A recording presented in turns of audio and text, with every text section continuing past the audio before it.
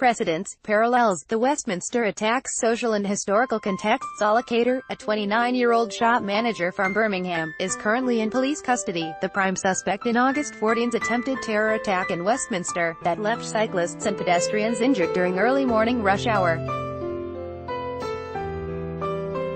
Initially arrested on suspicion of terror offences, then attempted murder, the Sudanese immigrant, who resided in the Spark Hill area of Birmingham, was a former accountancy student at Coventry University, but dropped out after less than a year in May.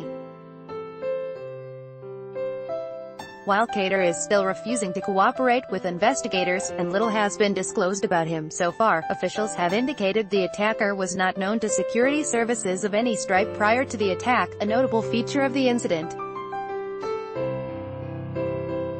State surveillance of suspects prior to attacks, and missed opportunities to prevent such events, are a recurring theme of major terrorist incidents in Western countries. The case of the June 2017 London Bridge attacks, which claimed the lives of 8 civilians, it has emerged security agents surveilled the trio as they loaded a van used in the attack before departing to their fateful destination.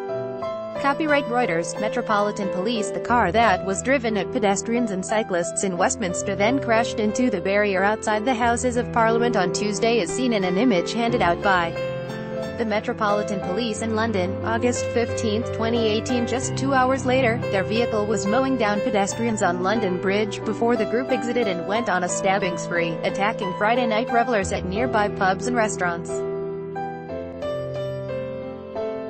They were only stopped when armed police arrived and shot them dead, 8 minutes after the attack commenced.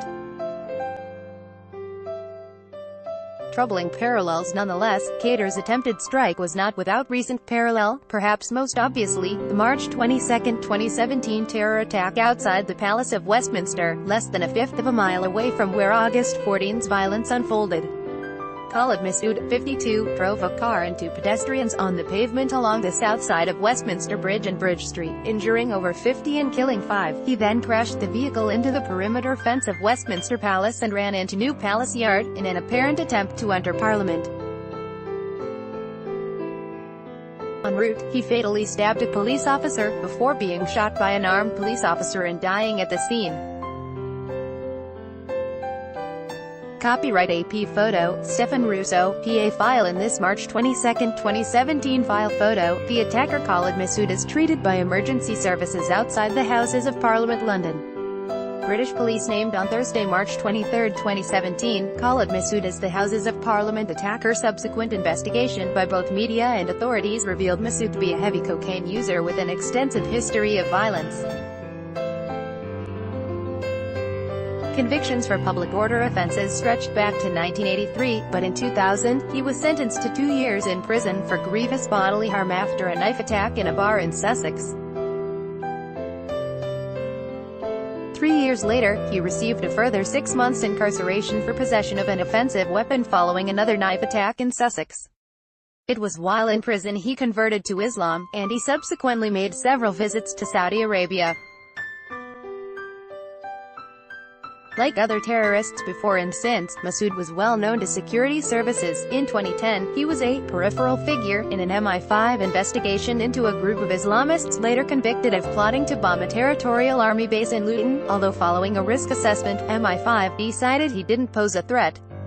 However, between 2012 to 2016, Masood was a person of interest in MI5 investigations as a contact of individuals linked to UK-based Salafist organisation Al-Muhajirun.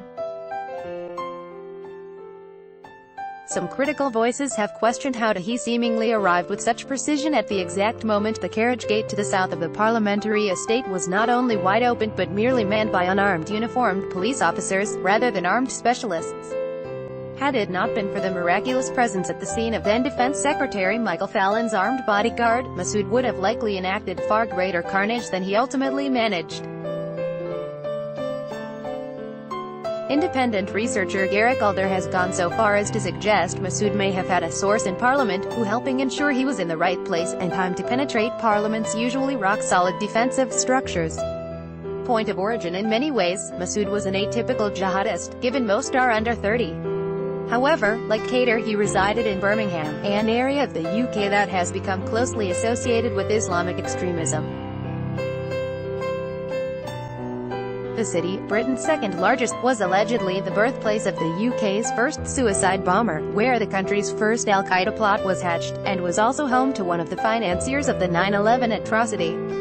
Masood rented the vehicle used in his attack from Enterprise's Birmingham branch, and the days following the incident saw police carry out a series of raids across the city. 4 arrests, out of 8 nationwide, were made there. Moreover, a study in 2017 estimated 1 in 10 of all those linked to Islamist terrorism in Britain and abroad, 26 in total, hailed from just 5 council wards in Birmingham: Bordsley Green, Hodge Hill, Sparkbrook, Springfield, and Washwood Heath. In all, 39 convicted terrorists have hailed from Birmingham, more than West Yorkshire, Greater Manchester and Lancashire combined, out of a Muslim population of 234,000.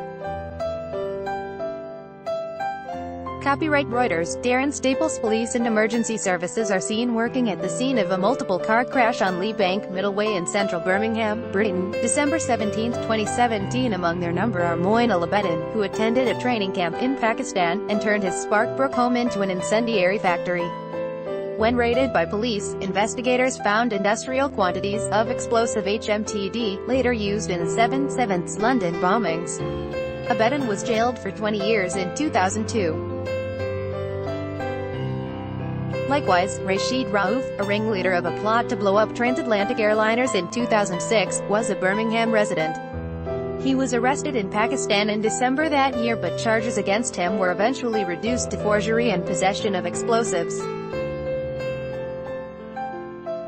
He subsequently escaped from prison, and is said to have been killed in a 2008 drone strike. American officials have claimed Rafi was protected, and may have been allowed to flee custody, by extremist elements within Pakistani intelligence. Copyright photo. Thames Valley Police. A couple convicted of plotting terror attack the year Rauf absconded. Fellow Brummy Parvez Khan was jailed for life for planning to kidnap and behead a British soldier. In 2013, a trio of lifelong Spark Hill dwellers were jailed for his combined minimum of 51 years for plotting to carry out an attack that expressly aimed to kill more civilians than the 7/7 attacks.